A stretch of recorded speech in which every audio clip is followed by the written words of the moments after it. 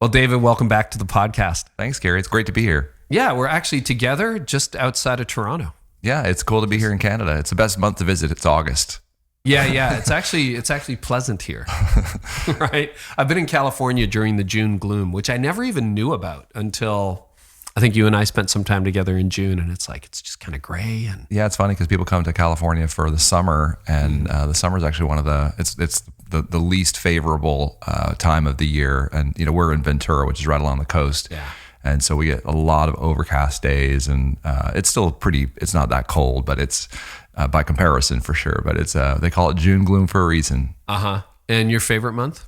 For October. The late fall is really beautiful. Nice crisp mornings, but just super clear.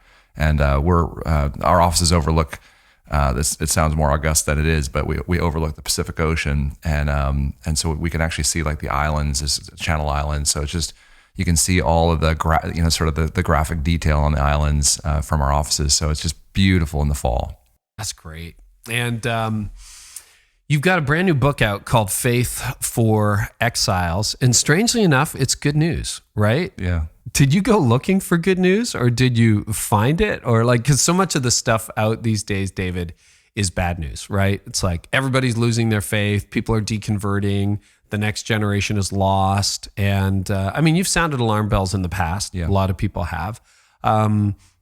It's good news. So, well, it is. I have to kind of take you back into history a little bit, a small bit of my history. That when Gabe Lyons and I first started working on Unchristian, I had this particular book in mind, and then I said yes to Gabe, knowing that which we were going to focus on 16 to 29-year-olds, the negative perceptions of the church, really looking at non-Christians.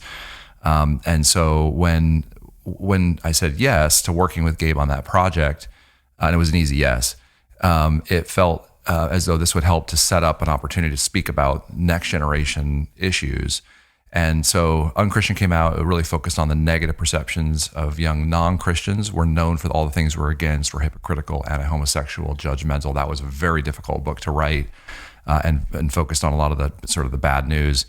And then I turned to You Lost Me, which was around young lapsed Christians. So it was like, why do people lose their faith? And actually, again, I started that project. It was called the Faith That Lasts Project. I was going to call it Faith That Lasts. And it was actually so hard to figure out the things that are working. It was actually easier to think about the things and to research the reasons why people were disaffecting. And so again, I kind of had to put off the search for some of the solutions or answers. And so in this final project, Faith for Exiles, what we did was we looked at the most resilient young Christians, and it's called an exemplar study, where we're trying to figure out what are the characteristics that sort of best hang together. Yeah, best habits. Exactly. Mm-hmm. So it's taken me 10 plus years to get to the story of the good news. And I'm glad to do it. I mean, it's been the most thrilling project, because we've got to interview all these young Christians who are really on fire for their faith.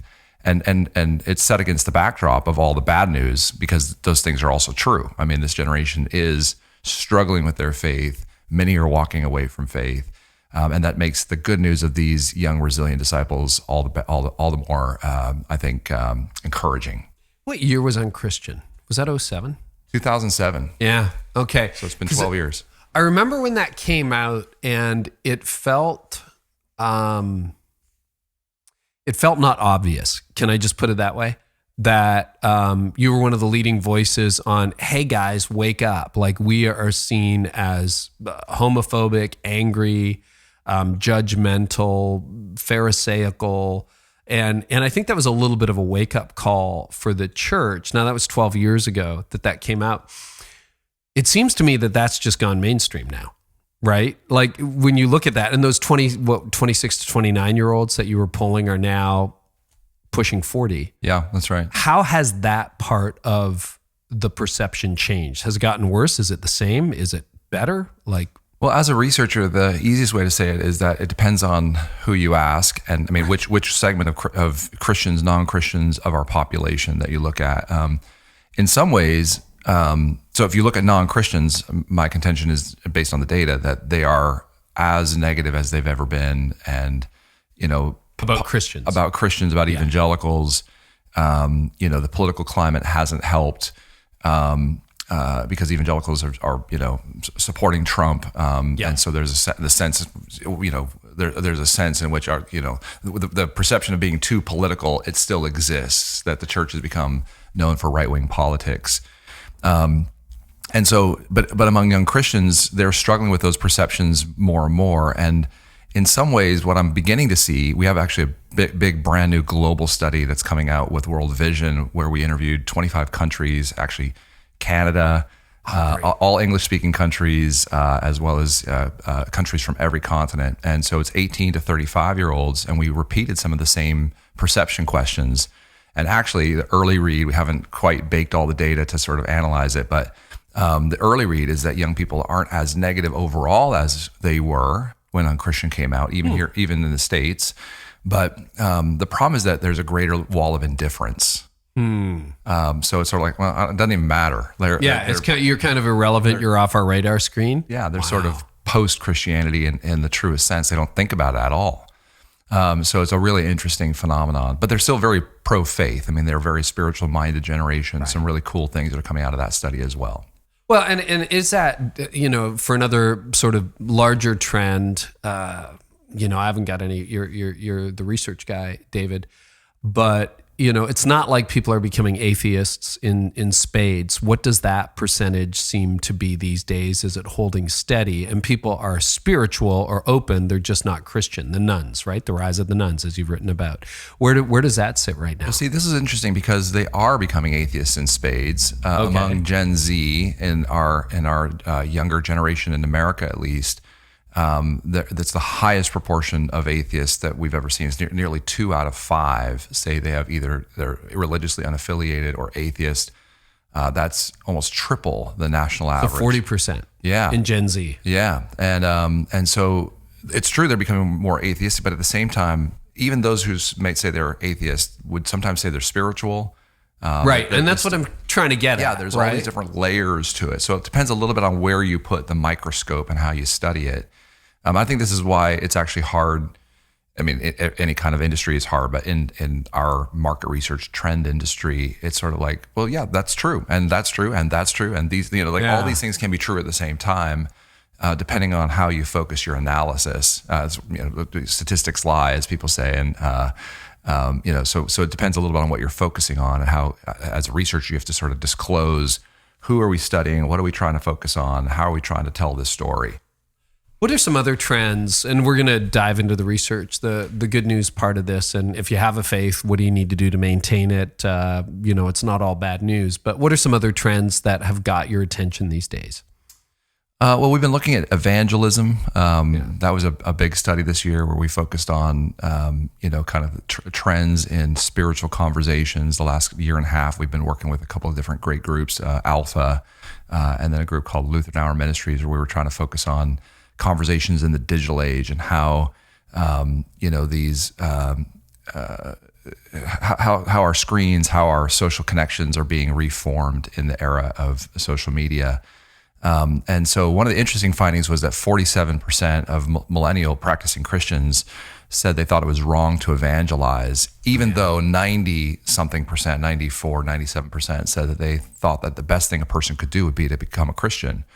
So it's this real interesting paradox. Is that like a cognitive dissonance thing, or? I think so. I think there's this sense that they almost feel they feel. I don't want to use the word embarrassed about their faith, because I think that doesn't do justice to the setting for millennials. And that's where I was saying earlier, like the Gen Z and their generation, they are certainly living in a more pluralistic culture where the idea of missions has been almost like cultural imperialism, right? And there's been all these, televangelists at their worst have given Christianity a bad reputation, and all the judgmental and hypocritical perceptions that we've been talking about. And so it's been interesting to talk about and see from the research the challenges that this generation has and is feeling related to spiritual conversations. And at the same time, millennials are also the most active in talking about their faith. Millennial young Christians, even more so than baby boomers and others. So, okay, why, how and why? Well, I think what's happening is that, the millennials that we interview, especially these resilient disciples, they say, listen, we want to be out talking about Jesus. He's at the center of our lives. We want to talk about them in our workplaces, in social media, but we want it to be real. We want it to not feel like there is a condo sale at the end of the pitch, or I'm becoming friends with someone just to put a notch on the evangelistic belt. I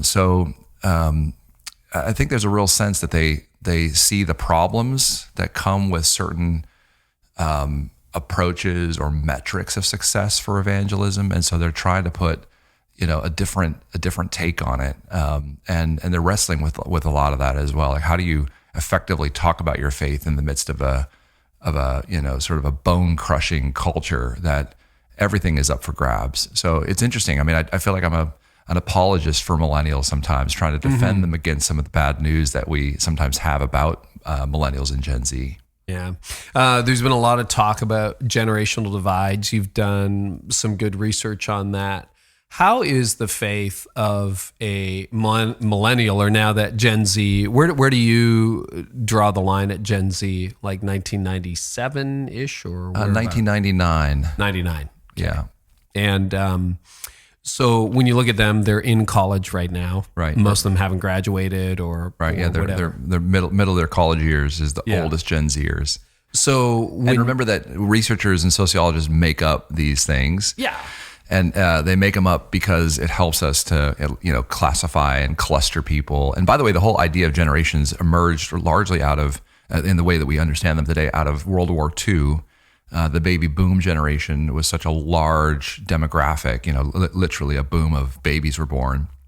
And so marketers had to be more efficient with their spending in order to, they wanted to try to target a certain group of people. And so they became, instead, you would advertise to a particular segment of people, whether it's radio or television. And so the idea of segments, of generational segments as we have them, is really around how do you appeal to a particular sensibility based on chronological or generational age. Right. And I think church leaders, again, I'm a generational researcher, all the rest, but I sometimes get a little sick of it in the sense that to the extent that the church uses marketing segmentation in the way that we might, advertise alcohol consumption. I mean, there's never an old person drinking a beer on the television commercial, right? It's always aimed at a younger sensibility. So I think that we have a lot to learn from generational theory, but we also have to have a sort of a prophetic theological response to the fact that it's often derived from just simply picking an age and out of thin air and say, okay, well, we're going to call millennials starting at this age and ending at this age, and we're all actually human beings. The generations are actually all of us living together at one time. Yeah, and some of it is it not, is just stage of life. I mean, you behave a certain way in college, and then you start dating, and maybe you get married, and you buy a house, and you get a career job, and like people in their 30s are just different than they were in their late teens. Absolutely. I mean, stage of life is one of the huge storylines in the research. You can see that sort of bell curve of life and the things that happen at the beginning of life being very defining. And the one thing I would sort of add to that, and one of my great concerns for the church today, is that we don't, however, explain away the different changes of our culture as stage of life factors. So that's what I hear so often from pastors. Well, don't worry about the millennials or the 20-somethings because they're going to come back when they have kids and when they're married and when the stage of life is more ready for us to minister to them. And what is happening is this whole generation, the rug is being pulled out from under all of the assumptions that we have. So you would say that's absolutely not true. It's not true enough that we simply rationalize all of the problems and opportunities that we have with this generation by simply saying, well, when they get older, it's going to all be awesome.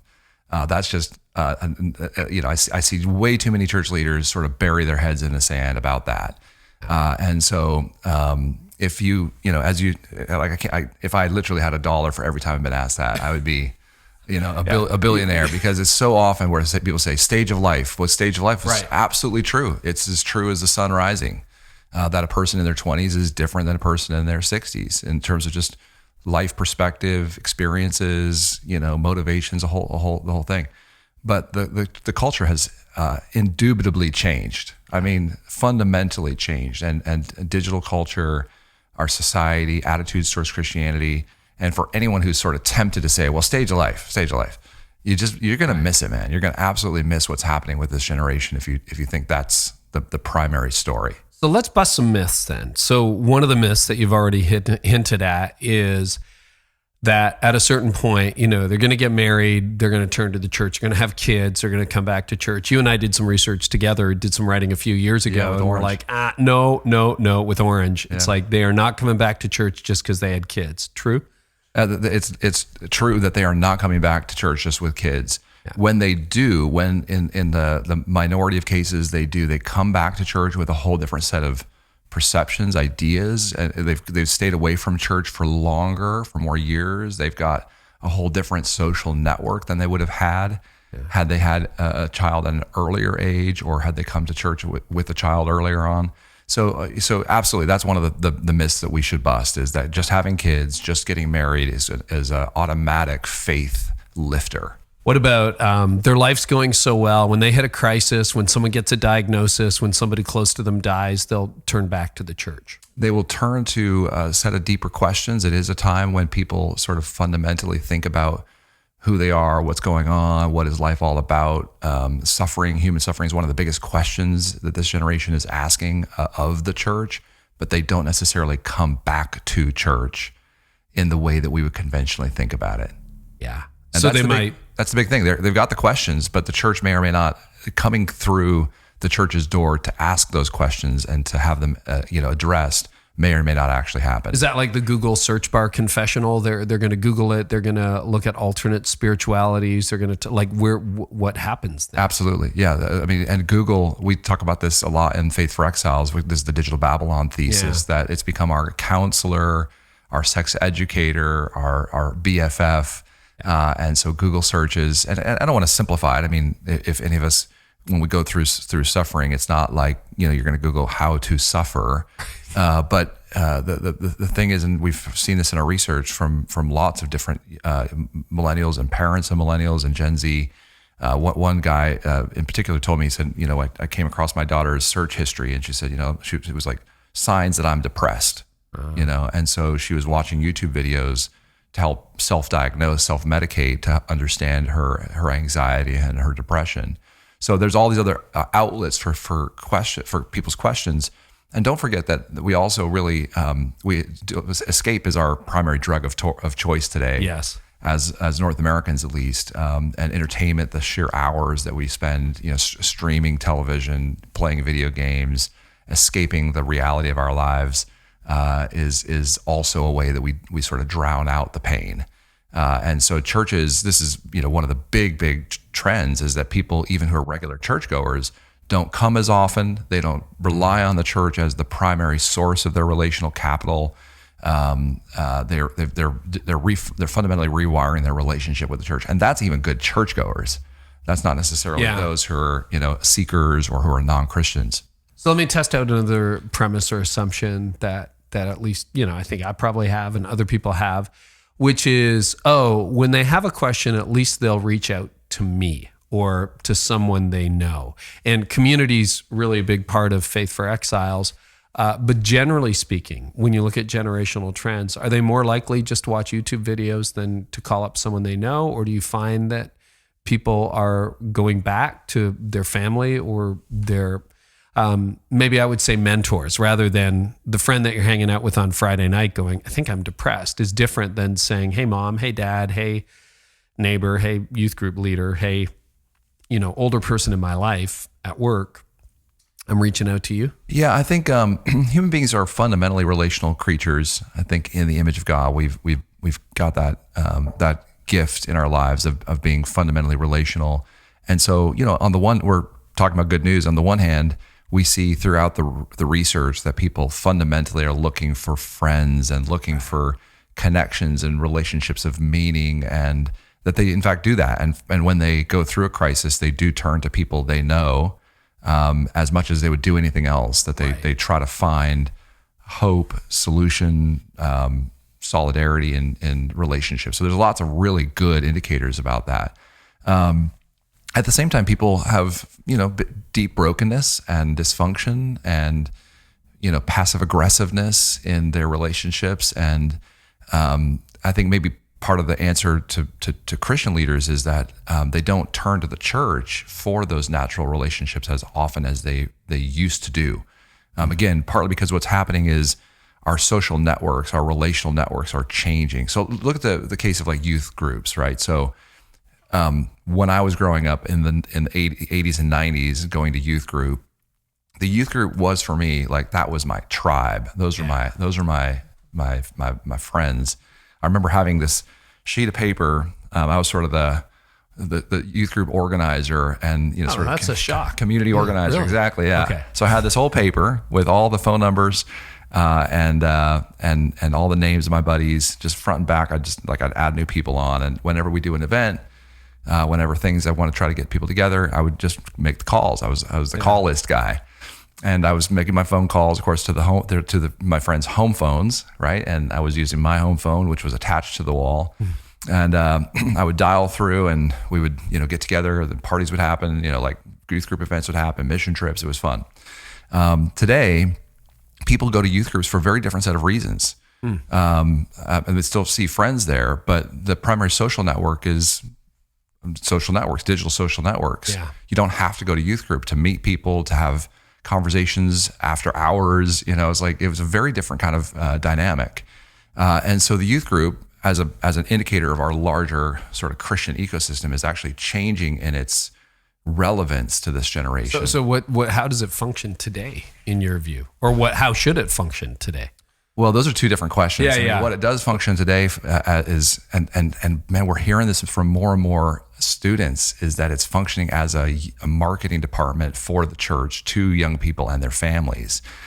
And we've heard this from young people. And I can't, marketing department, like what do you mean? Well, so we interviewed a young person who said, we were talking about the relational network that they have, the relational connections they have within their church. And she had sort of lapsed in her church attendance. Again, we're doing all this quantitative research, but we also do a lot of qualitative research to understand the trends that we're seeing in the quant data.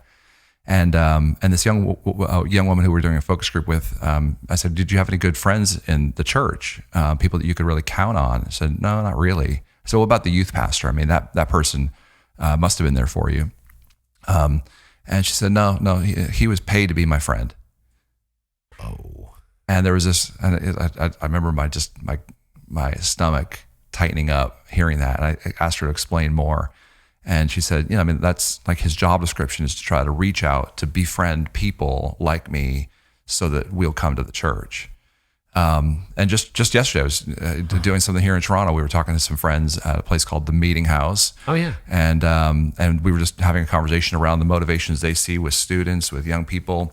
And they said that, they've heard themselves conversations where young people think that even volunteers for the youth group are paid, because why would anyone be interested in me if they're not paid to be sort of the frontline staff marketing the church?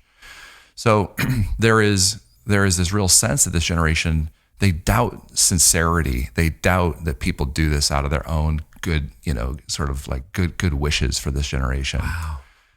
So it functions, as an extension of this. I mean, I've heard pastors say, like, I pay for the youth pastor so that I can get families to attend my church. That's the economic bargain we make. Now, youth groups are doing great stuff. I'm not trying to criticize that, but what they could do, is to think about how do we come alongside these young, resilient disciples and continue to grow them in their faith. How do we make sure that we're creating a whole structure of relationships and experiences with Jesus, and building wisdom and discernment in their lives, and vocationally training them for lives aligned with the gospel. So there's a whole this is part of the theme of this new project where we've learned there's a different sort of set of measures we could have to disciple young people into a life of Christ. Well, it's an interesting. You're naming something I've kind of felt, but I haven't had language around it. I'm not sure that's unique to youth groups. I feel, as a teaching guy at my church and founding pastor, that there has been, and particularly in Canada, as a very, we're a decade ahead or two or behind in terms of post-Christendom from most of the U.S., that there has been a suspicion attached to church leadership, that people, there's a level of scrutiny and perhaps a level of cynicism that wasn't there a generation or two ago, to the point where I'm pretty hesitant to tell someone I'm a pastor because I think it's immediately dismissive in a conversation like, oh, really? You couldn't get a real job, or that's what you do? Or I meant to say this earlier when you asked me, sorry to interrupt your train of thought there, but when you were asking me about the relational network that people have, one of the things we found in a study called State of Pastors was that people don't look to the pastor as having particular expertise other than, kind of wonky Bible-y things. So they're not viewed as cultural leaders in the way they might have been in the past. Like, we want to hear from our pastors and spiritual leaders. We're more likely to esteem entrepreneurs, creatives, professional athletes. I actually have this whole study I want to do called The Soul of Sports sometime, where we'd actually say, like, as North Americans, as people around the world, like, sports has created a type of religious fervor, and we look to our sporting heroes as sort of our modern day, saints. So pastors, the view of pastors has declined as reliable guides. My dad, who's a lifelong pastor, has all these interesting stories about, coming across people who are surprised to see him, at Target on a weekend, in shorts. Because they're like, wow, like they can't imagine us. You're a real human being. You're kidding. Right. Yeah. So what do you do with that reality? Well, I think there are some things that for us as pastors we can do to rebuild our credibility in our communities, and credibility for sheer credibility's sake is not the goal, but credibility for the sake of the gospel is the goal. So one of the things that I think pastors and leaders could learn from those of us in research and market research is just the power of listening and understanding and hearing from people. Because pastors are great communicators and love to teach and preach, 7 out of 10 say that is their one biggest love in doing pastoral ministry is to be able to teach. So we're good talkers, but we're not as effective, I think, as we should be at listening to people who don't believe the same things we do, or listening to especially younger generations in our churches. There's ways, I think, for us to rebuild credibility by, think of the fact that most pastors are more likely to know the commute distance, average commute time to the church, than they are to know the kinds of industries and the places where people work Monday through Friday. Oh, yeah. And so we could rebuild credibility by helping people understand how they could bring the gospel into their industry, whether it's education or science or technology. I'm convinced that's a huge opportunity for us to rebuild credibility for churches.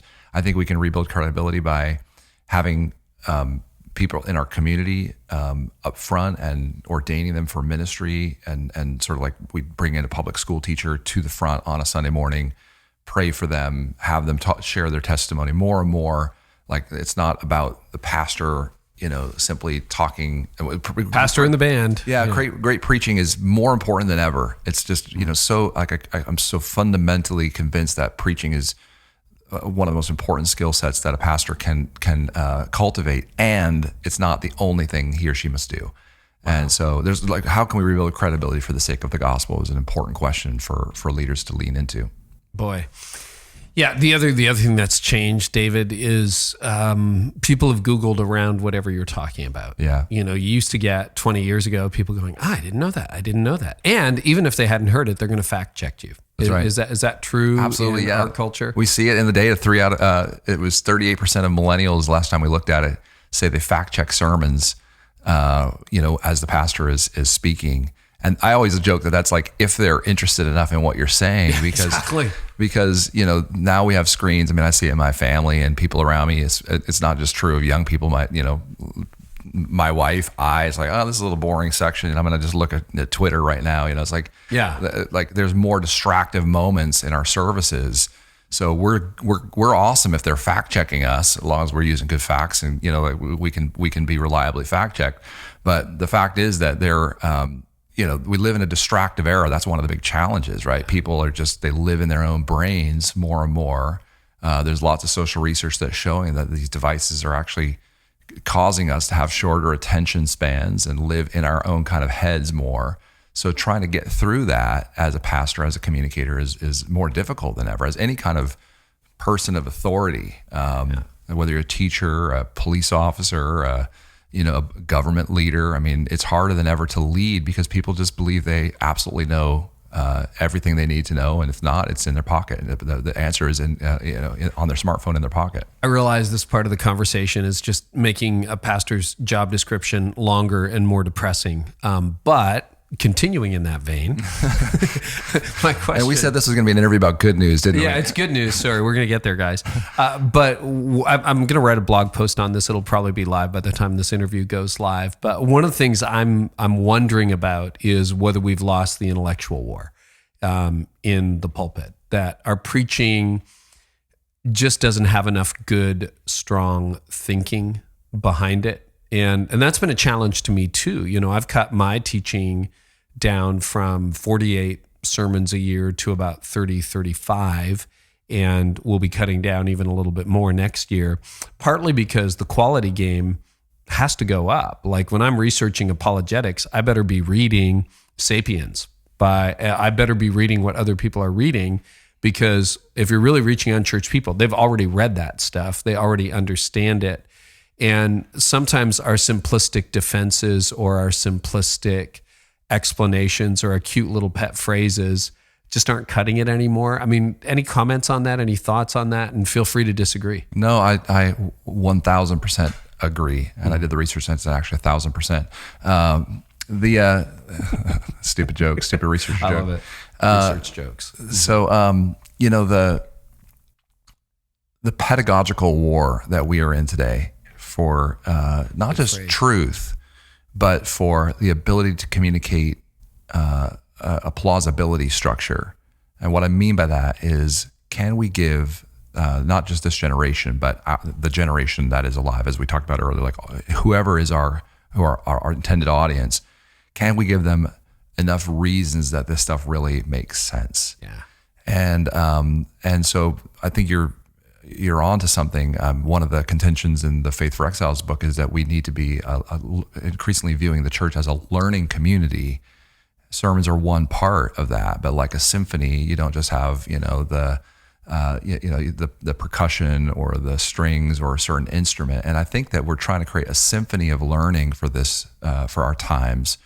And the church is too much relying on sermons and sermon making as the pedagogical tool for that.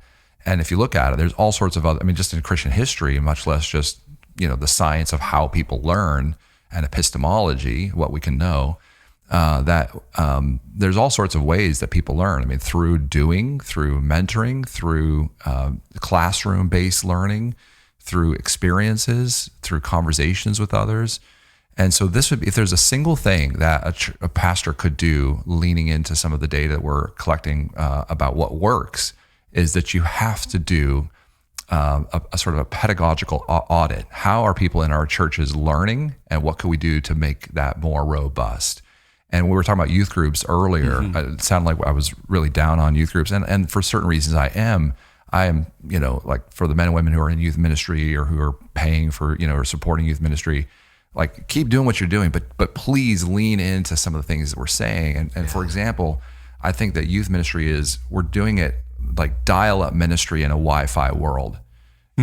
So you can't do 30 minutes a week and expect for people to have a pedagogical structure, sort of a plausibility of Christianity with 30 minutes, every other week that they might show up. So, what could we do through YouTube videos? What could we do through classes that we could offer, or courses? What could we do through internships? Or, I think some of the best things about mission trips is that it's actually a learning environment where people can say, oh yeah, this Christianity stuff really does make a difference in people's lives.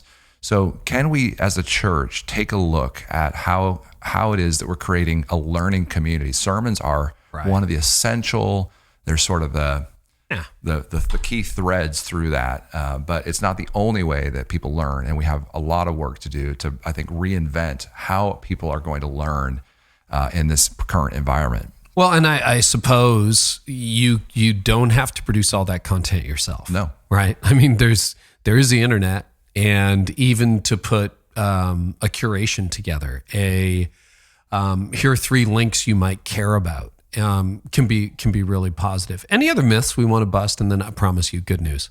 Well, one of the other interesting things, and we sort of talked about this a little bit earlier when people, you said, do people, go to a relational network when they go through tough times? The other myth that's really interesting is that not everyone, and actually a small minority, really want to learn. So this is part of the reason why I think churches sort of struggle, is that those who are actually have the fundamental capability, and there's a lot of a trans-theoretical model for change. There's a lot of data, not just Barna data, but just among us geeks in the world, that shows that most people don't change very much, and they're not motivated to change, and they don't do much with like self-help books should have changed the world by now. But they don't, because most people don't know what to do with it. And so this is, I think, another bargain that churches sometimes miss, is that they try to change everyone. They try to provide the cookies on the bottom shelf for anyone who might be looking for some sort of spiritual insight. But instead, we've got to do a better job of trying to focus in on those who are really willing to learn and willing to grow, and to give them tools, because actually by helping them be more catalytic, we have the opportunity of helping those who are the sort of, spiritual couch potatoes, let's say.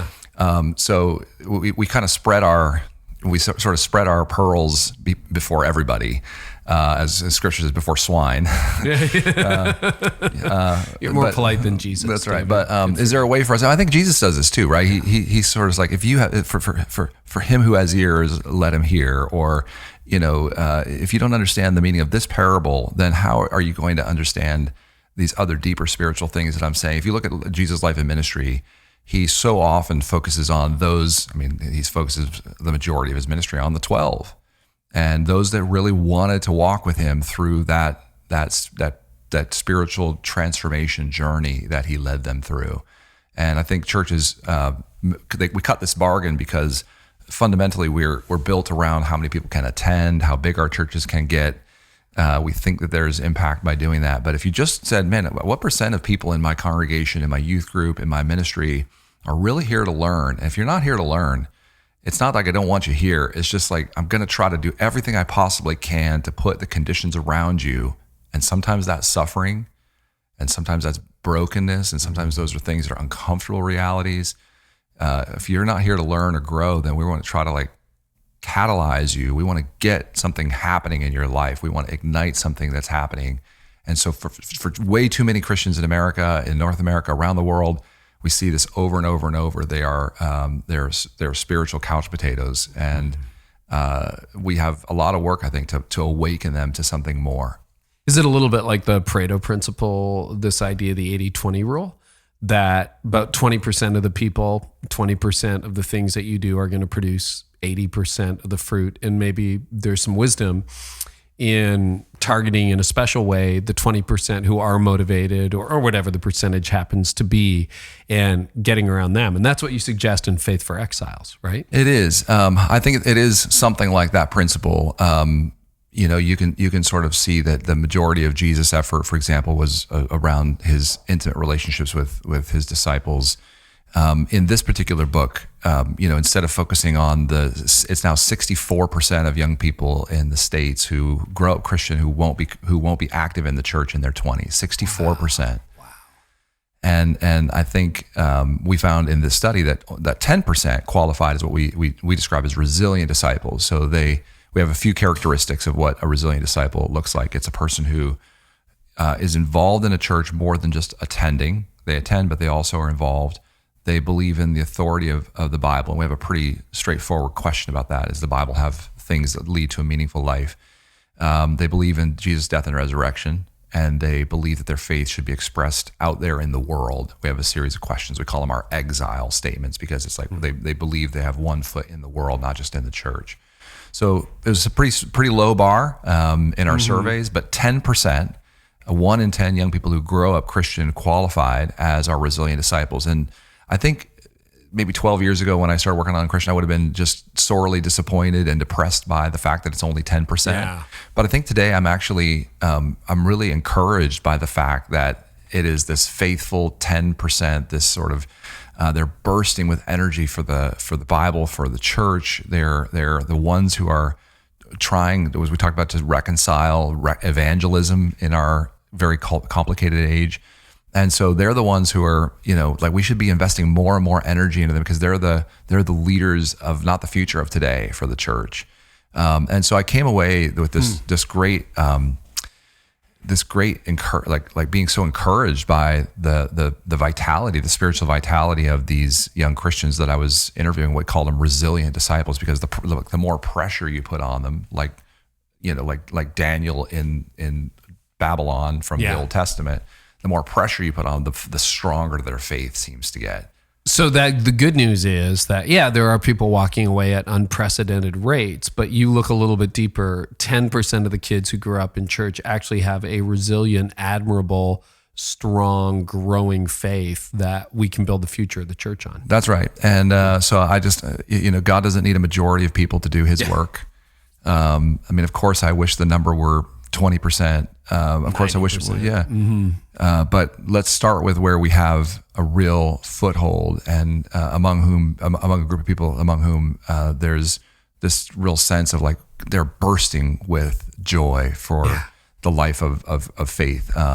Their relationships are there's one of the most fascinating findings in the book is that their relationships are so much stronger than every other person we interview. They have people they say they can admit their deepest secrets. They have friends who are honest with them. They can be comfortable when they're alone, they say.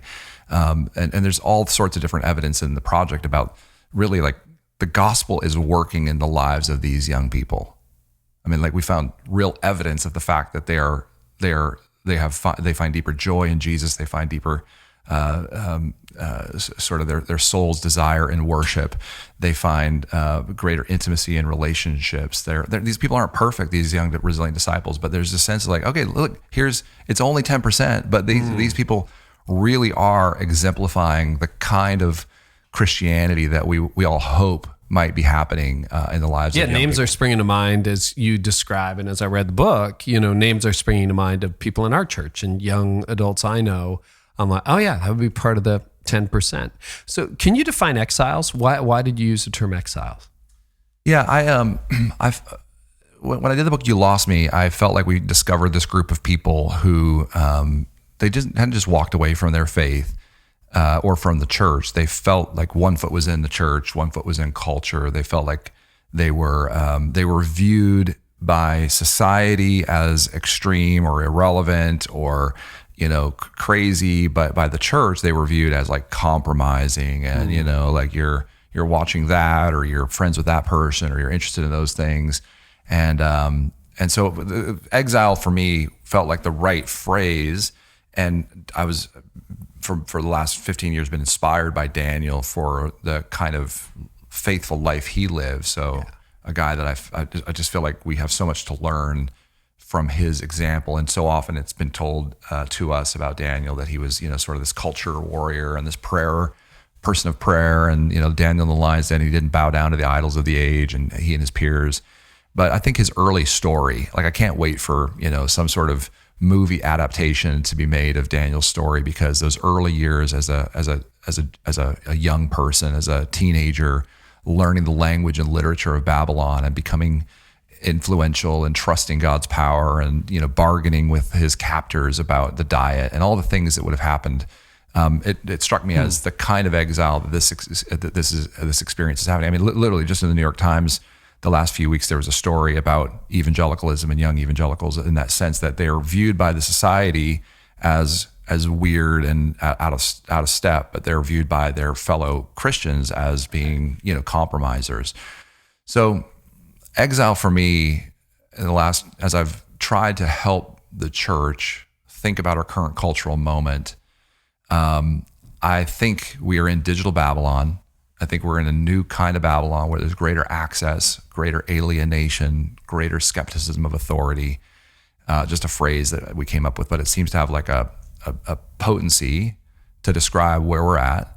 And I'm convinced that without a return to a theology of exile, like we see in 1 Peter, like we see in Jeremiah, without a theology of exile, we won't be able to raise resilient young people, or really any of us. So in some ways, this is a book about the exemplars, the young Christians that we interviewed who are really trying to grow in faith. But it's also a story about why I think recovering a theology of exile is very important for us as Christian leaders today. How that's going to help us regain some of the credibility that we have lost, that we talked about earlier. Well, and this is one of the reasons I just love our conversations, David, over the years, is this idea of Babylon. I want to sort of parse digital Babylon together. But let's start with Babylon, right? So your assumption, if I'm reading your research, the body, not only this book, but your other research, is that America is not Christian anymore. And all you have to do is look at millennial and Gen Z data and you'll see it there. We're not Christian anymore.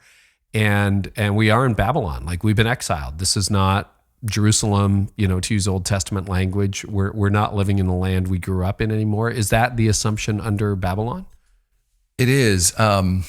Throughout Scripture, I think you see this story of from the Tower of Babel to actual Babylon, and then in the New Testament, there's sort of the spirit of Babylon. And Peter even uses the phrase, Babylon. He's referring to Which Rome, is the Roman Empire. Yeah. And so throughout Scripture, Babylon is sort of the system of man where power, prestige, pleasure, all the things that are at war against the people of God, or at least the context in which the people of God have to live out their faith.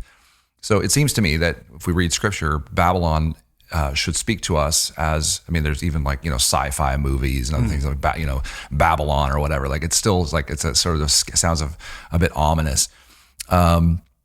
So I think Babylon has a rich tradition I'm trying to help us wrestle with on one level. And when I'm talking about current Babylon, I'm not saying American government or even any government. I'm saying that Babylon, technology today is our current Tower of Babel.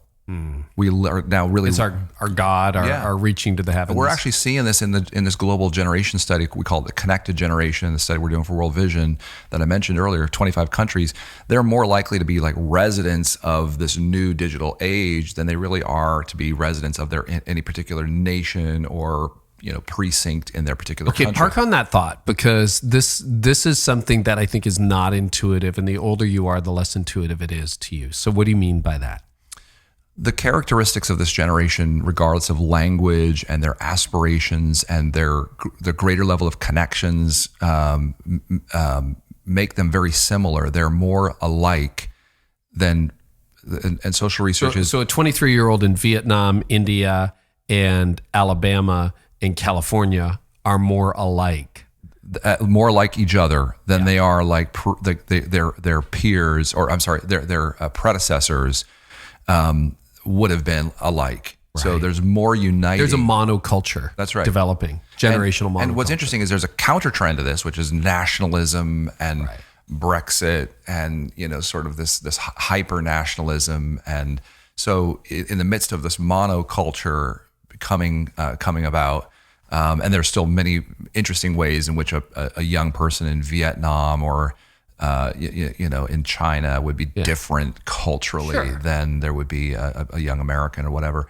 But yeah, so that's part of the Babylon we're trying to say. There's this technology, entertainment has created a new way that people are communicating and experiencing a sense of reality.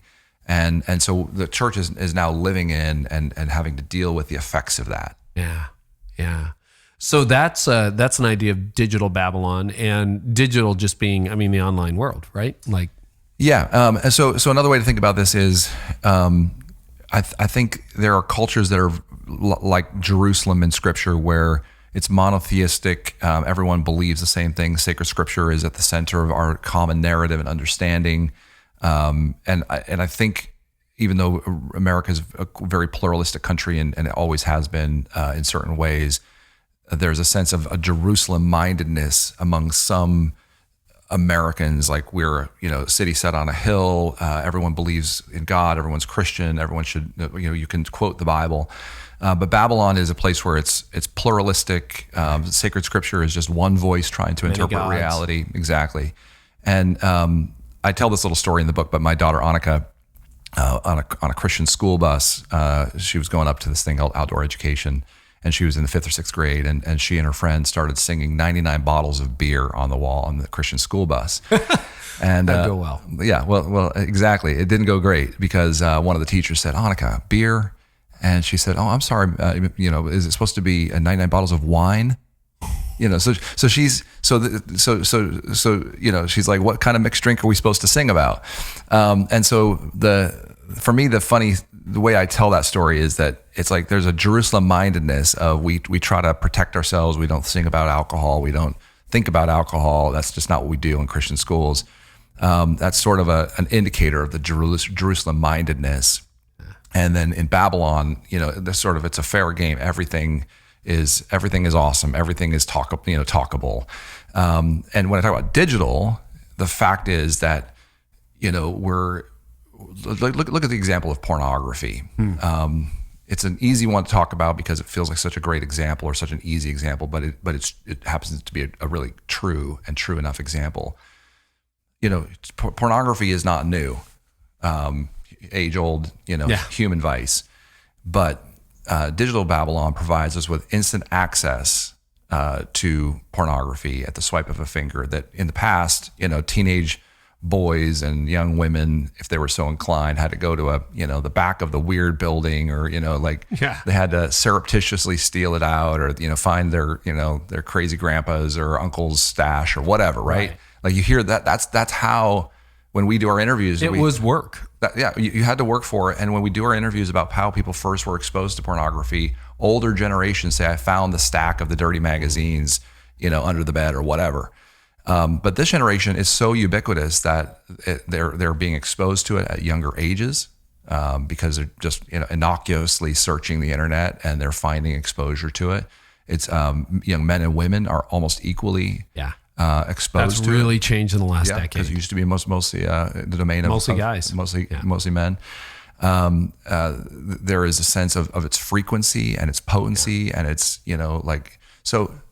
Will the church have doing ministry in a dial-up world and a Wi-Fi, doing dial-up ministry in a Wi-Fi world, if we don't have the structures to train and learn and help to think about grace-filled responses and training and thinking about the faithfulness of our lives, when it comes to online pornography, among a host of other topics, it's just one thing we could talk about. Well, let's go a little deeper on that. I mean, let's assume 80-90% of the people that are going to gather in any church on the weekend, pornography use is a regular part of their life. Or, if not regular, it's been a part, or it's been part of their story in a way. It's a more universal experience for sure. Yeah. So what would you suggest is a better approach than just pretend it doesn't happen or just condemn it from the front? I think you should do a 52-week series on pornography and watch your church dwindle to zero. No, so this is why we have we have to have a completely different reset. We have to talk about all of the different dimensions in which the world is encroaching into our very bedrooms and hearts and pockets on these lighted rectangles. And that's the digital Babylon part, right? So for the first time in human history, we're working at odds with an overwhelming colonizer, to use a phrase that's loaded today, but these smartphones, and I mean, we live in an incredible age. Who would want to go back? We're able to work and do things and communicate and change the world through technology, and healthcare and technology and science are changing our lives by and large for the better. But we're doing ministry and trying to figure out a theological Christian response to life in a completely new age.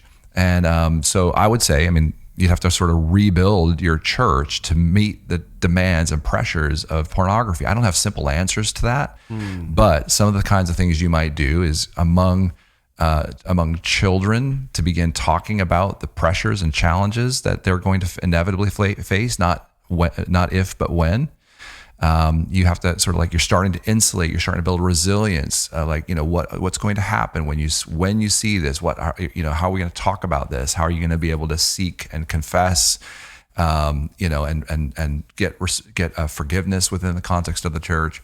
From a point of view of teenagers, we have, we argue in this book, Faith for Exiles, that we're seeing churches are starting to do like human sexuality 101 courses, human sexuality 201 courses. And it's almost like, okay, we realize we don't want to teach every young person, we don't want to teach an 8-year-old about masturbation, but we do want to teach at age appropriate levels how to think faithfully and appropriately and relationally about the challenges of living in this sexualized age. And some of it goes right down to the core of identity. Who are you? Right. And who are you in Christ? And you are not your body. Your body isn't a commodity. Things like that are increasingly countercultural and just not out there in the ether. And one of the ways to think about sermons then is that it's almost like, maybe think about a pyramid, right? Where sometimes I think we think of sermons as the base layer of our communication ability within a church, our pedagogical muscle, right? Mm-hmm. So the better I can preach about it, the stronger our church is going to be. And I'd ask you to think about the preaching as maybe the capstone or one of the top layers. And there's all these other pedagogical, that's a big fancy word for how we learn, other structures that are in place, like courses. And like if you want to watch a YouTube video, or we're going to give you a set of, this is the curation thing we were talking about earlier about, hey, let's listen to these sets of teachers or leaders on life in the pornified age, because I can't give you a sermon about all this stuff. And we don't try to call this stuff out every single weekend. But we want you to know this church is here. We've got lots of resources. We're a learning community that can help you understand how to live life faithfully. And at the base layer of our pyramid of learning, there's all sorts of resources that we have available to you. That's that's an interesting idea, David, because you've got this graph in the book where you talk about digital consumption among resilient disciples versus others, and they're just consuming different content and shaping their minds. But the reality is, I don't know that you've ever had this, it was easier when there were like 10 channels, because you just turned on the TV, you saw something, now there's 300, plus there's Netflix, plus there's Hulu, plus there's YouTube and the internet. And sometimes I just get paralyzed because you don't know where to go, or the algorithms, you click on something that's sort of okay, and then the algorithm gods just send you more stuff in that genre, and that's it's right. real, which is part of Digital Babylon, by the way. The algorithm is the sort of the emperor of Digital Babylon. It is, and you don't have a lot of control over that, to a certain extent. And I don't know how to opt out of the algorithm. So maybe it's that idea of church as curator, church as suggester, church as prompter. And the sermon, I love the idea that the message goes to the top of the pyramid, and that because we are not dying for lack of content today. No, we're not. And I think you're right. That's where the role of a pastor, of a youth leader, of a church is to appropriately curate this learning community and to think about it. I know the work of Orange, they've got this sort of the Stages project. Is that, what's it called? Phase. Yeah, just a phase. Yeah. And part of this notion is we really do need to work hard at thinking about somewhat of an older word, or in high church, but a catechism type process, where you're saying we realize there's certain things at certain ages each of us need to learn, and we're going to help curate the right kind of content for you. Right. And not just content, because information alone isn't going to help every single person. But practices, rhythms, disciplines that are going to be helpful to your child at that age. And remember, we were talking about the 10% who are these resilient disciples, or the 80-20 principle. Yeah. One of the things we see over and over in the research is those that are the most interested in learning are finding that the church is too simple or has not enough content, because we've tried to make it so easy for anyone to get access to the right kind of information. We're not actually curating it for the people that are the most likely to want to learn. No, and you think about, I don't know what the average consumption of podcasts and digital content is, but it is much higher than your 30 to 50 minute message a week. And even, in terms of this podcast, it's 5 years old now. I think 5 years old this week. Congratulations. When this thing airs. Thank you. Yeah, we made it. Woohoo. We're in kindergarten. Yeah, Congrats. that's pretty awesome. Here we are. This is water, by the way. And it's still morning. I thought you said it was 99 bottles of wine. Yeah, that's it. Well, I got kicked off the school bus, but David, there was a big debate even 5 years ago. The proverbial wisdom, as I sought advice, was 17 to 22 minutes. Don't make it any longer. And now most episodes are an hour and a half long. And what surprised me is just the appetite for that kind of content has just soared in the last 5 years. But I went with this because all my good conversations are never 8 minutes, and the sound bites get really frustrating after a while. So here's another myth I think we should bust, which is this. I think I've heard it provocatively stated that it's a sin to bore a young person with the gospel, or don't if you're like, we talked to this, we kind of high five each other as Christian communicators. Like, don't bore people. If you're boring, then that's like worse than being whatever. But I actually think this is part of what we have to do as leaders. Listen, I'm not saying we should settle for mediocre communication just because, well, that's just what the culture wants. But if we're working so hard, and I think the phenomenon, as you're saying, of longer podcasts is a great example. People are hungry to learn. They're hungry. Most people are. Mm-hmm. They're hungry to find things that help them and that they're interested in learning or thinking through.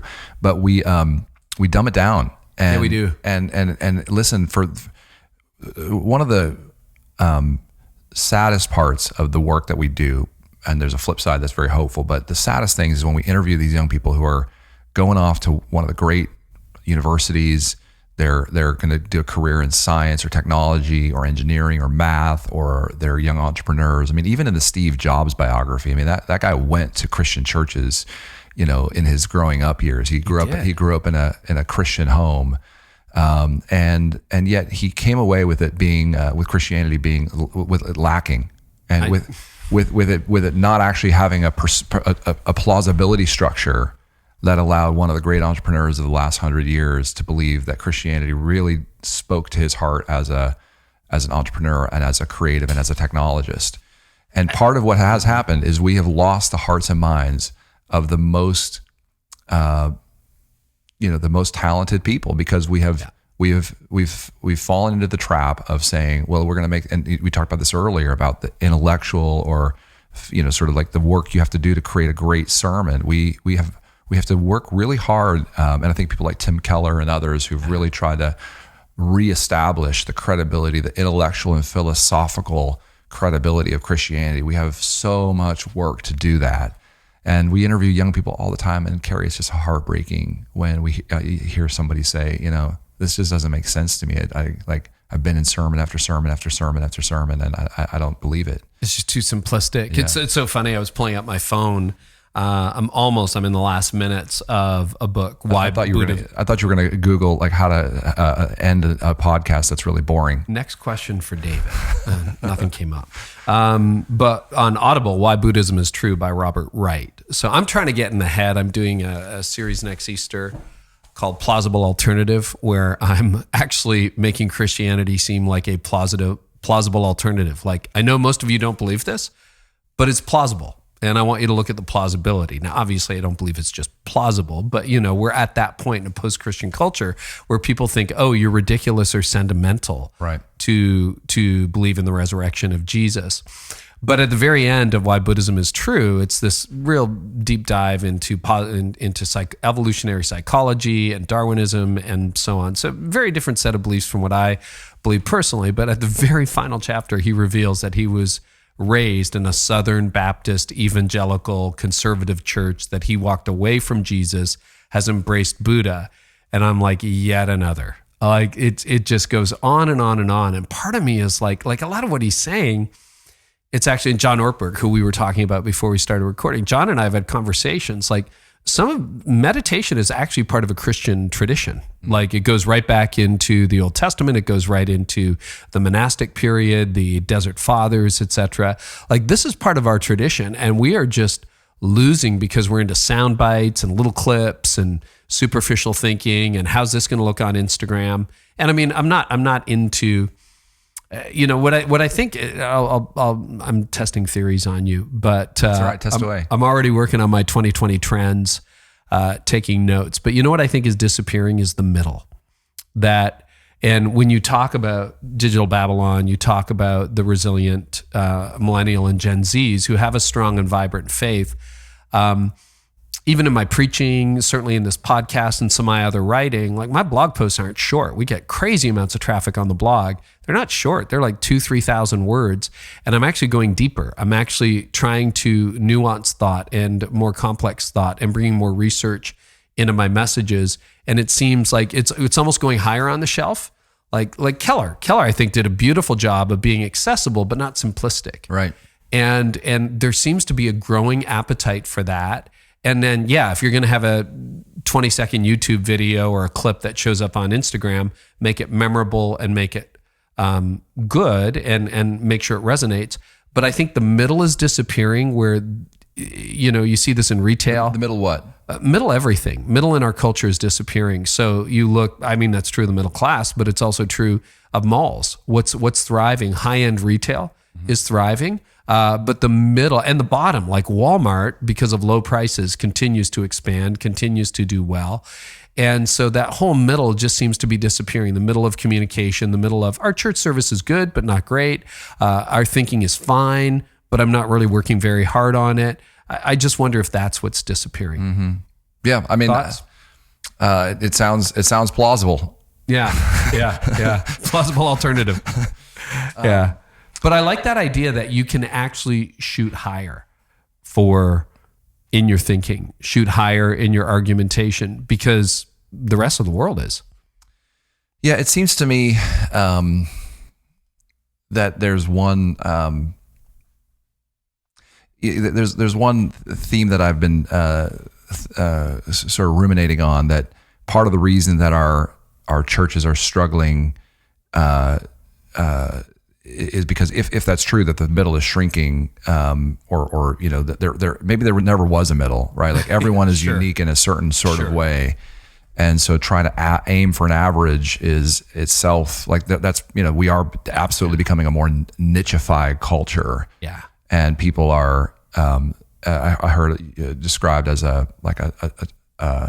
becoming a technocratic kind of world where everyone is being trained for a particular kind of work. So one of the things that I think is true about our current structures of church-based ministry, and this is a bit of a thought experiment that's just been the last few weeks. So maybe this is helpful. Maybe it sounds overwhelming, but I've been thinking about the fact that in a particular area, we're here in Toronto, we're in Elmira, here in Canada. If there are a certain number of people that are going to go through a high school or secondary education, they're going to graduate from high school. Is that what you call it here? Yeah. High school. Yeah. In Ventura, there's something like 10,000 students every year who graduate high school.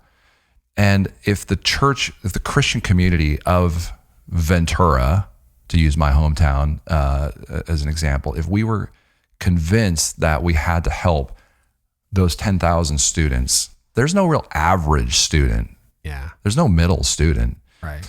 And so I'm convinced that part of the problem we have in raising resilient disciples is that in our congregational ways, where we're really focused on who's going to show up on our weekends to be a part of our programs, we're not actually thinking about our responsibility to the city as a group of Christians, whether it's entrepreneurs, pastors, other kinds of leaders, because it's true that each of those 10,000 students are going to come away having either been exposed to Christianity or not exposed to Christianity, having become a resilient disciple or have the conditions ready for them to become a resilient disciple or not. And I sort of think about like, how could we mentor? We have one of the concepts in this Faith for Exiles book that is a distinguishing factor of these resilient disciples is vocational discipleship. Yeah. So those 10,000 students have a vocation, they have a calling. They're going to go out into university, community colleges, trade schools, mission fields. Yeah, calling is not just to ministry. No. And what if we were to take the people group? What if we saw our mission as a group of churches and Christians, not just to try to grow our churches, but to prepare students from birth to 18 or from 18 to 29 to really experience, to go through a set of lectures on the plausibility of Jesus, right? To go through a set of lectures on living in a way that the corrosiveness of pornography can not attach itself to you. Yeah. What if we gave them a set of diagnostic tools and process to help them figure out, like, what if we ran, like coding camps, but they're run by Christian coders, or, design schools.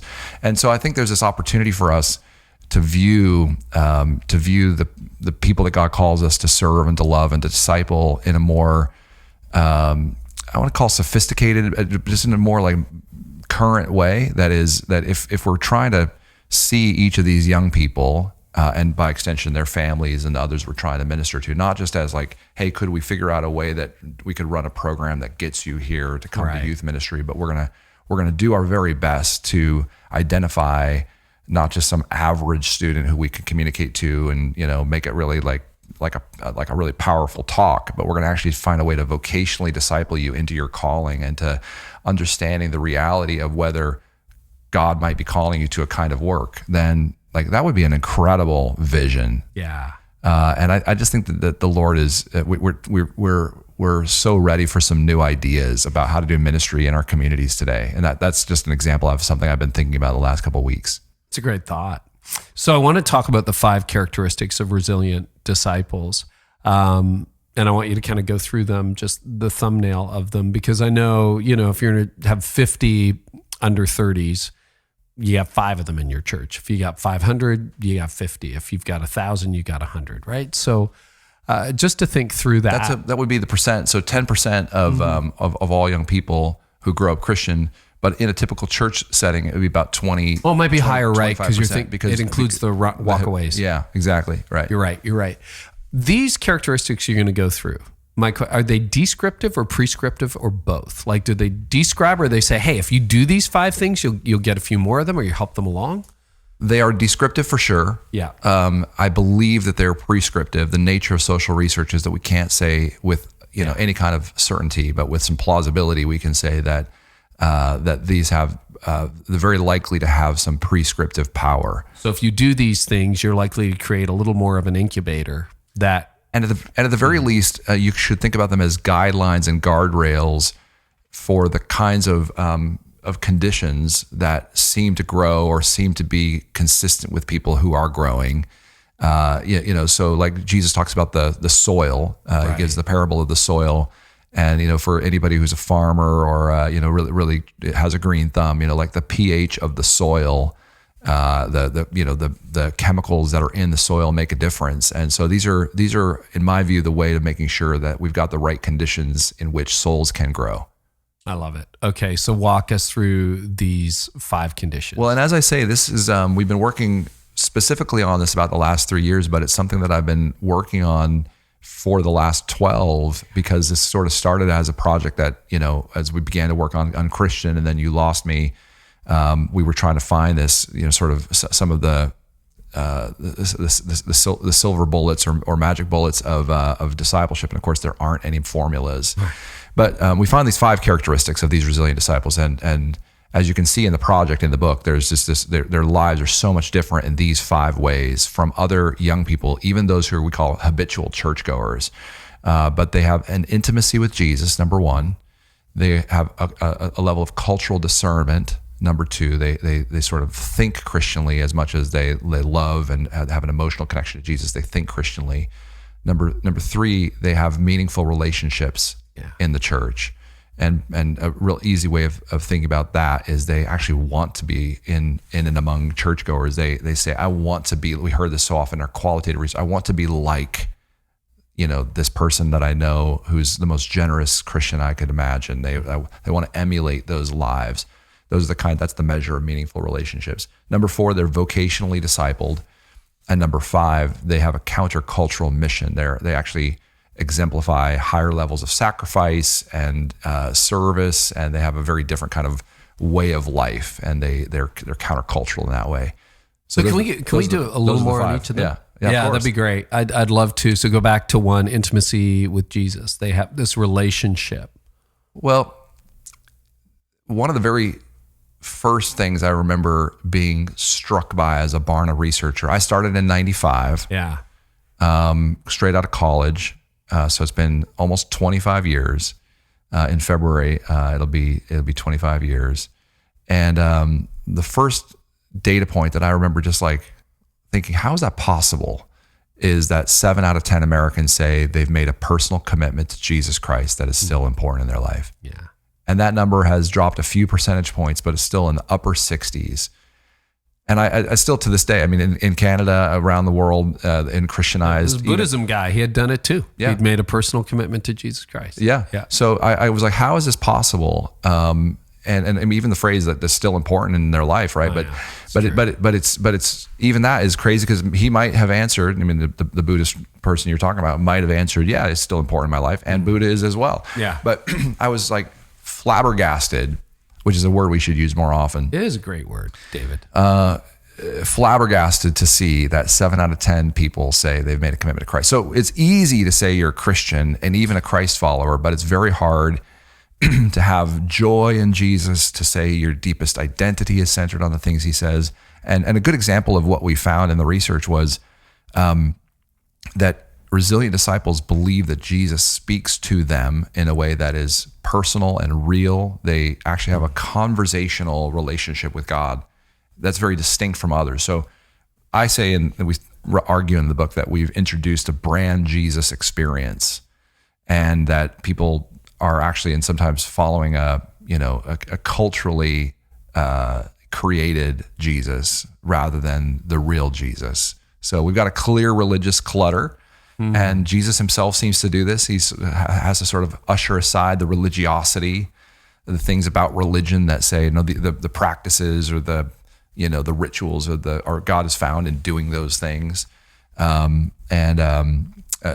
this idea of an experience with Jesus is sort of the first and sort of starting place for these young. And so you've winnowed away the fluff and the religiosity around it, and your criteria, the way to measure this, you would say, no, this appears to be an authentic personal relationship with Christ.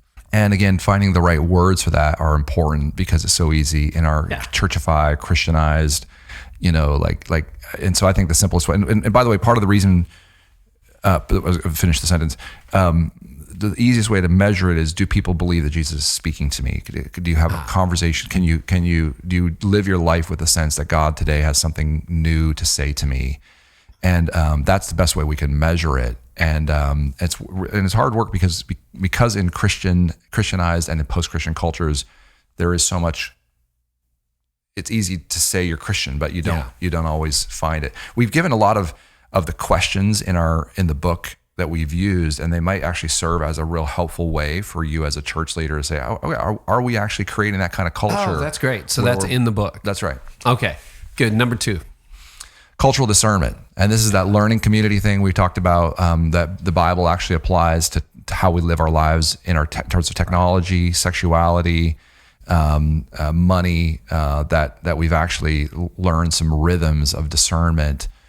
We don't just teach people what to think, we teach them how to think. Right. And you say, I wrote this down in my notes, there's some cultural values from Western culture today. Sex is for my personal fulfillment. Self-denial is unhealthy. Something's true if it feels true. Follow your heart. So these are people who look at values like that and go, I don't know whether I buy that. Exactly. Yeah. They have a more discerning capability of saying, does this make sense in light of Scripture, instead of, does Scripture make sense in light of culture? Yeah. Okay, so good. So they've got some cultural discernment. We spent a lot of time on that. Number 3 is meaningful relationships. Yeah. Now, you and Kara Powell, you keep coming back to this in your research, and I know you're good friends with Kara. Kara's awesome. But her research at Fuller always just seems to always amplify meaningful, even intergenerational relationships as being key to someone's relationship with God. Absolutely. And I think she has this great phrase, warm is the new cool. Yeah. Right. And so relationships are critical. This emotional climate. Do people feel loved and accepted? And, in what ways do they feel like they can be their best selves? As I said earlier, do they actually want to be there? Do they want to emulate other people in the community? Like I want to be like, this friend of mine, David Metters. I tell the story in the book about him. Like he's a guy that I was like, man, that guy is an awesome Christian. I want to be like that guy. The way he prays, it's just like when I hear him pray, I'm like, he is actually speaking to God right now. You hear other people pray and they're like, you know how it is, like when people pray and they're praying really so that other people in the room hear them. Yeah, correct. And they're like going through in their mind the things they forgot to say in the sermon, or the things that they and it's a little bit of a posing. They're posing for the camera, and then you hear other people and you're just like, oh my gosh, that we just we're talking to God right there. And so think of that. So how often do we in our churches make sure that those who come to pray in public, they are praying in private too, because you can tell when they come to pray, there's no posing. And young people are watching that. And so those are the kinds of things that the emotional praying climate. To clear the stage. Exactly. Preachers. Another thing we saw in this was that these meaningful relationships, young people are taught how to deal with the disappointment they will inevitably have with other Christians, with the hypocrisy of Christians, and with disappointment with leaders. Because we live in a broken. That's worked through in relationship. Exactly, and so I think they help young people develop the muscles, understand you're going to come to a place where you feel, man, these leaders have let me down, and they say, hey, you're gonna. It's not if, but when you find yourself saying that Christian, is that really a Christian? Yeah. Of course, that person is a hypocrite, because welcome to the club. We're all hypocrites. You are too. And so the emotional climate is one in which we try to help people deal with that. And that's more important than ever, because this generation, they're so comfortable on social media, they don't always know how to deal in real life with the issues that are going to come up in community. Okay, next one. Vocational discipleship. Right. I'm so excited about this one because it's such could we vocationally disciple not only those students in our church, especially those in our church, but also those in our community. And I think it's a great opportunity. We churches around the world run vacation Bible schools. Right. Could we do vocation Bible schools? That'd be fun. But seeing the marketplace as a place for mission as much as anything. Not just the marketplace, the heart of students, that they believe they've been created to do something, and that the church actually cares about their vocational destiny. Okay. That the Bible actually has insights for us. I mean, one of the amazing stories I remember hearing was the guy who designed the PNC ballpark in Pittsburgh. Oh yeah, beautiful park. It is. It's amazing. Yeah, it overlooks the city, and he's a Christian, and he said that the verses in Exodus 34 and 35, where we talk about the craftsmen who made the tabernacle, and the designers who were gifted by God, as the scriptures say, to do these craftsman-y things, that it saved his faith. And this is my whole contention. If we're going to develop young, resilient disciples who are designers and artists and scientists and lawyers and doctors, we've got to find the way to connect them to the fact that the Bible actually cares about you and who you are created to be vocationally, not just your soul, not just the eternal disposition of your soul, but we care about your giftings, and the church is going to help to cultivate those as well. Great. And number 5. So we wrap up. Yeah, vocational countercultural mission is the 5th one, and this was it's a sense of being developed as part of a team, learning about the needs of the poor, living differently from cultural norms. Like you're living sort of life on mission. The sort of like it really is this outward expression of how we live, and that those choices we make in the marketplace and with our pocketbooks and with our donations and with our sets of activities together, those all matter. It's like it's the sum total of us coming together to be the church. And so we found some super encouraging things there as well. And yeah, like overcoming, I know you wrote in the book that when you have these 5 characteristics, you kind of push past the entitlement attitude of our culture, the it's all about me and self-fulfillment, and you live to a bigger mission. Yeah, totally. One of the interesting conclusions that I have come to from this is a lot of church leaders say, so how do we create a church that appeals to young people? And first, I think if you did these 5 things, if you embrace these 5 practices, your church would be stronger. I mean, for me as a dad, I'm trying to do these things in the lives of my kids to put these 5 characteristics around them. But one of the things that I think for me has been really helpful is it's not just like, how do you build a program that embodies these? How do you find the people who are already the resilient disciples who are already embracing these kinds of practices and platform them more? Right. Instead of just figuring out how do we attract them and make our church appealing to young people. As you said, as you started this little part of the segment here, you have young people in your church who are resilient disciples, and how can you find ways of giving them real runway to do what God is calling them to do, as opposed to just like, how do we get more young people here? How do we actually turn the tables and find a way to support what God's already doing in the lives of these young leaders? Well, the book is called Faith for Exiles. For those of you who are watching on YouTube, here it is. And obviously you can get it anywhere books are sold, but where's the easiest if people want to drill down? Is there a website you'd send them to? faithforexiles.com. Okay. And Mark Matlock, who's my co-author on this, he's a former executive director of Youth Specialties. He's spoken to more than 1 million teenagers in person. So he's got a lot of practical ideas that he put in through the book. And we've also have a couple of e-courses, one for parents called Raising Resilient Disciples. Oh, great. And one for pastors called Making Resilient Disciples. So we have these great exercises you can do as a church team, where you go up to a board and you sort of rank how well you're doing. Each of the people on your team could rank how well you're doing on these 5 practices. And we've got these different sort of facilitating tools that we've done to help you kind of work through, whether you're a parent, whether you're a pastor. Okay, how do I bring this home? What do I do?